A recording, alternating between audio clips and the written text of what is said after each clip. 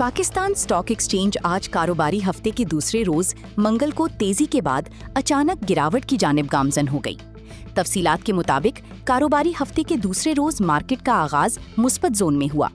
Index में 2000 points का इजाफा भी रिकॉर्ड किया गया, मगर आलमी कशीदा सूरत हाल के बाद सरमायाकारों का एतमाद कमजोर पड़ना शुरू हो गया, जिसकी वजह से मुनाफे के हुसूल के बायस मार्केट पर मंदी के बादल छा गए और मार्केट के इख्तिताम पर KSE 100 इंडेक्स में 1117 पॉइंट्स की कमी रिकॉर्ड की गई।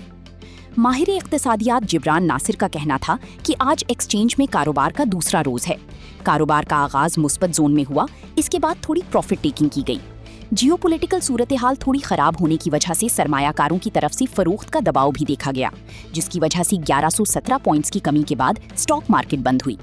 आने वाले दिनों में आलमी सतह पर तेल की कीमतें कम होती हैं तो मार्केट मुस्बत जोन में आ सकती है।